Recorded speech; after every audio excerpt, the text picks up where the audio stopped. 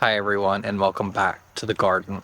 So I had a busy morning this morning. I went and picked up the Burgundy Hearts Redbud to plant yesterday evening, and I got it in the ground bright and early this morning because the weather it started out in the 50s this morning, so our nights are starting to cool off a little bit, which is a nice indicator of fall. And so, like I mentioned in a previous video, it's like planting season again. You can get some reprieve during the evening for these plants, even if they may suffer a little bit during the heat of the day. But I want to show you a few things before I take you around to see the Burgundy Hearts Redbud. So I showed this Ruby Moon hyacinth bean vine plant in a previous video, and it's still doing really good. It's producing buds or pods, so I can save the seeds for next year. Now, I did have a viewer mention that these are poisonous to animals.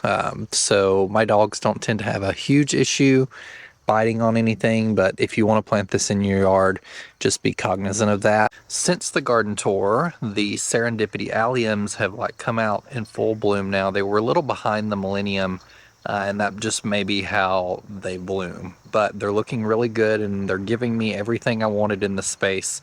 If you recall, last year I planted some peachberry ice Heuchera in front of them very late in winter. It was late November when I ended up planting those, and I was afraid it was going to be too late when I got them in, and I lost probably 90% of them. There are only, I can see 5 right now, and they are super tiny. So you can see right here, I need to come through and weed this area again. I'm not sure why I have such a big weed issue right here, but it does get pretty bad. I've noticed this year in particular. I think it might be the heat that radiates off these rocks that just cause weed seeds to germinate super quickly. But I'm going to be coming through this week as well and pulling out these 𝗗𝗏𝗧𝗦 just because they're a little wild, and I think they look a little messy, and I'm just going to start cleaning up these spaces, go through and weed.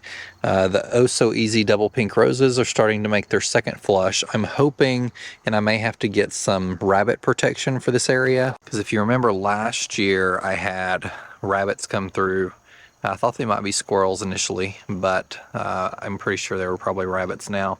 Come through and chew these roses, several of them, to the ground. Same thing happened to these 𝗖𝗢𝗘𝗢𝗏, although I think these are big enough now not to be bothered by the rabbits. The rabbits in my area tend to enjoy the tiny shrubs, and since I plant a lot of those, I tend to have issues, at least the first year when I plant them in the fall, of them getting eaten to the ground.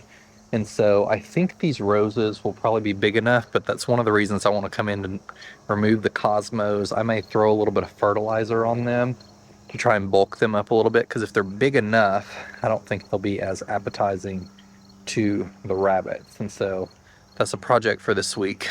The hibiscus is still blooming. Both of them are, although this is, I believe, its last round of buds for the year. There's not many left. It will probably set new ones and bloom sporadically.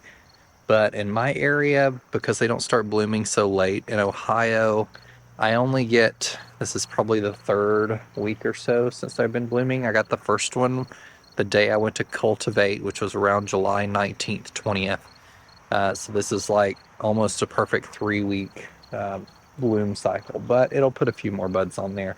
They are beautiful plants, but they give a limited season of interest up here. I think if you're more in a southern climate where they start blooming a little earlier, you'll get a lot more bloom time out of them.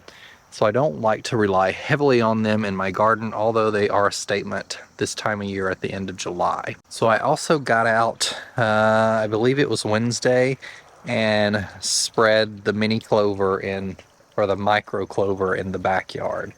And I got germination from that seed in 24 hours. It was kind of incredible how quickly it germinated. I think the rabbits are also going to really love the mini clover or the micro clover, because I've noticed a lot of the micro clover that I have in the vegetable garden, and I actually need to come through and mow this or something because it's getting a little taller than I wanted it to, is being eaten a little bit by rabbits because it's missing the actual clover. Just the stems are left over, which I don't mind feeding the little rabbits, especially if it's something in the vegetable garden that they will chew on that are not my plants. It's one thing I haven't had a problem with in my garden, my vegetable garden anyway, is rabbits eating anything. I think I have enough in the regular garden that they don't bother it, but that's just not something I've had to deal a lot with. It's mainly the shrubs that I'm concerned about them eating.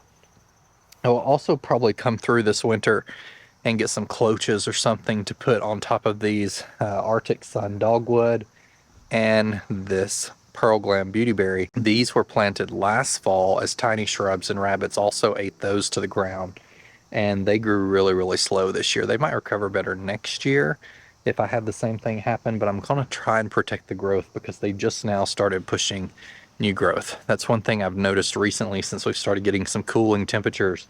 A lot of the shrubs are putting on a ton of extra growth. The roses that I have left over that are doing good are putting on a ton of new growth too, and so it's that regrowing season we're all looking for this time of year to put some growth on and get settled in for winter. Perfect planting season. And speaking of planting, let me take you to see the Burgundy Hearts Redbud. Now, this is a redbud right here behind me that it's actually kind of pretty big. I would say it's probably 9 to 10 foot tall now, probably 6 to 8 foot wide. This is kind of an improvement on forest pansy. So the leaves right now don't look like it. We had this discussion, or I had this discussion when I did my tree tour a few weeks ago, that sometimes the shrubs don't portray the correct leaf color until they've been in the ground for a few years. But this one comes out a little more burgundy. It greens up a little bit more in summer, and then it kind of turns a little burgundy again in the fall before its actual fall color sets in. So as it starts cooling, I'm wondering if these leaves might change color a little bit. But either way, I think it looks really nice in this space. And in particular, this will get around 20 by 20. And so I measured, and it'll come to like here to here. And I spoke with my neighbor, and they were fine with me planting it. And so I think it'll be a beautiful specimen that provides some privacy to both our pergola and patio and their pergola and deck as it grows up. It might also, in the next year or so, provide some additional planting space. Right now, I just put a small mulch ring around it. I did plant it a little high, and so because this is a low spot, you might be able to tell on camera a bit, but the ground slopes down between both of our houses. So I planted it a little high, not too much, maybe a few inches, just because we have heavy clay soil. The root ball on these ball and burlaps are already got clay in them. And I just didn't want it holding too much water, and to the extent it does hold any water, it'll be elevated a bit. So that's nowhere near the crown, and the roots have plenty of breathing room towards the top of the soil. Now, I had this discussion when I planted in the spring, but for any new viewers, I do not leave the burlap on a ball and burlap tree or shrub, because I have removed shrubs that are approaching 15 years old, and even in our wet environment that we tend to have, where we get plenty of rain, the burlap had not disintegrated. You also should remove the metal caging, at least if you're not going to remove the burlap.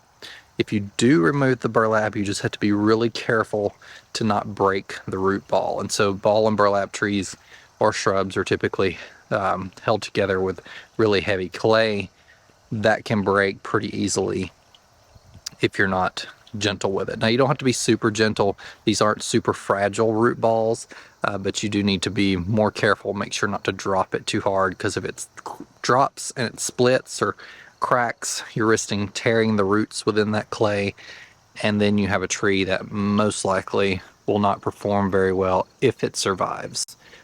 It'll take it much longer to get established and those roots to grow back if it lives. So I had a couple options in that space, and I originally had selected at the garden center, or the garden center had selected for me, a redbud called Merlot, which is also a really nice option. However, it is more vase shaped, I guess you could say. It's more upright, doesn't get quite as wide, and so it would have also looked great in that space. I didn't go with it, one, because it was much bigger than this one and the root ball was much heavier.